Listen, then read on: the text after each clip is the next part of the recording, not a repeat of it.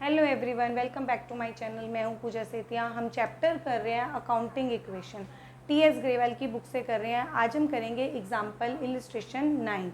इसमें हमारा जो कंसेप्ट है एग्जाम्पल नंबर 9 से आगे जो एग्जाम्पल नंबर 14 या जहाँ तक भी हैं, इसमें हमारा जो कॉन्सेप्ट चलेगा वो क्लोजिंग कैपिटल और ओपनिंग कैपिटल का चलेगा। अब मैं क्वेश्चन रीड करने जा रही हूँ, आप देखिए। If the capital of a business is 70,000 and liabilities are 40,000, calculate the total assets.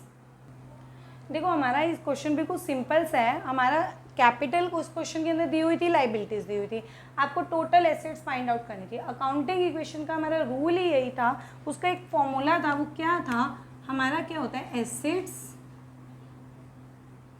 Is equal to liabilities plus capital. तो बस आपको लाइबिलिटी भी दी है और कैपिटल भी दिया है, इन दोनों को प्लस कर दो। लाइबिलिटीज कितनी दी है 40,000, कैपिटल कितनी दी है 70,000, तो टोटल एसेट्स कितनी हो गई 1,10,000। यही हमारा आंसर है। मैं नेक्स्ट क्वेश्चन 10 कराने जा रही हूँ। स्क्रीन पर आप देखिए, मैं रीड कर रही हूँ। From the following information calculate the total assets of the business. Capital दिया आपको 4 लाख, क्रेडिटर्स दिए 3 lakh, revenue earn during the year. Revenue का मतलब क्या होता है कि आपको इस ईयर के दौरान आपको कितनी टोटल इनकम हुई है 7,50,000। Expenses incurred during the period 2 lakh. Value of unsold stock 2 lakh. देखो हमें इस क्वेश्चन के अंदर जो जो इन्फॉर्मेशन दी थी हमने वो नोट डाउन कर ली।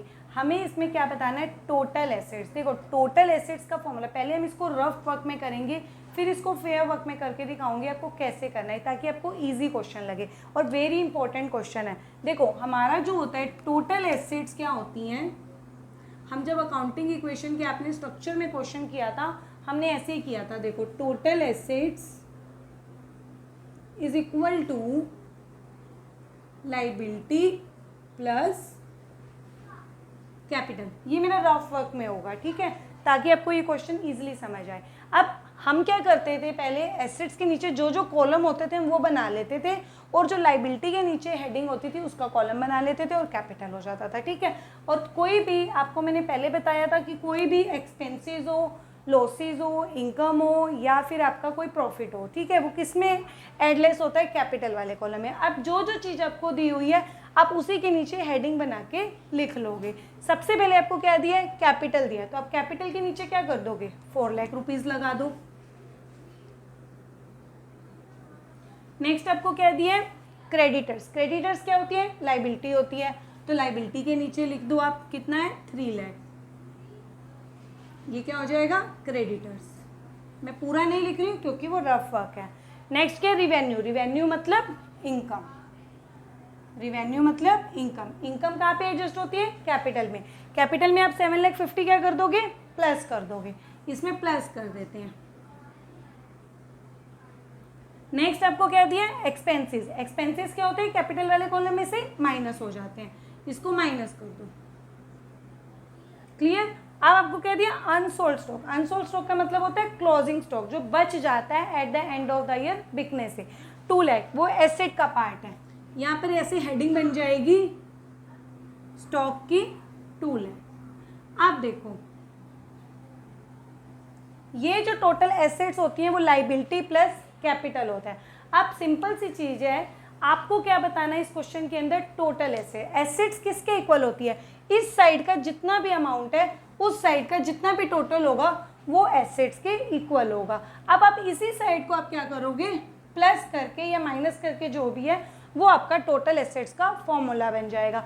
बच्चे क्या मिस्टेक करते हैं, जो भी इधर का टोटल होता है उसमें से स्टॉक को माइनस कर देते हैं और आंसर निकाल के आ जाते हैं, और वो भी अगर एमसीक्यू में आता है तो वो भी ऑप्शन आपके पास होगा, लेकिन आपको ऐसे नहीं करना है। तो अब टोटल एसेट्स का फॉर्मूला क्या बन जाएगा, सीधा सीधा जो आपको फाइंड आउट करना है, आप इसको फेयर वर्क में करोगे।